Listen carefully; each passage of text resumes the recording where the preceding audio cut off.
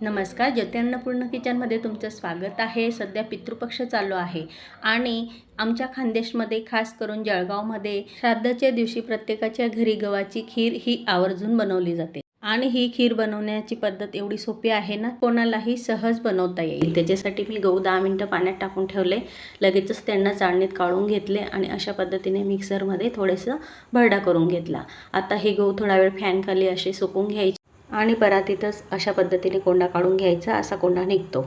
लगेच चाळणीमध्ये चाळून घ्यायचा, म्हणजे खालची जी चूर असते ती आपल्याला वापरायची आहे. तुम्हाला जर का वेळ नसेल तर तुम्ही रेडीमेड देखील अशी कणी मिळते ती वापरू शकता. मी इथे 1 वाटी गव्हाची कणीसाठी 2 उट्या पाणी टाकलं, चवीपुरतं मीठ आणि ओल्या खोबऱ्याचे काप. लगेच कुकरला 2-3 शिट्ट्या घेऊन घ्यायच्या. 3 ते 4 शिट्ट्यांमध्ये मस्त अशी खीर आपली शिजते. लगेच तिच्यात 1 वाटी गूळ वापरणार आहे. गूळ चांगला मिक्स झाल्यावर 2 ते 3 मिनिट अशी उकळ काढून घ्यायची. चवीसाठी विलायची पावडर टाकायची आणि आपल्याला पाहिजे तेव्हा खाताना दूध टाकलं तरी चालतं. नक्की करून बघा. धन्यवाद.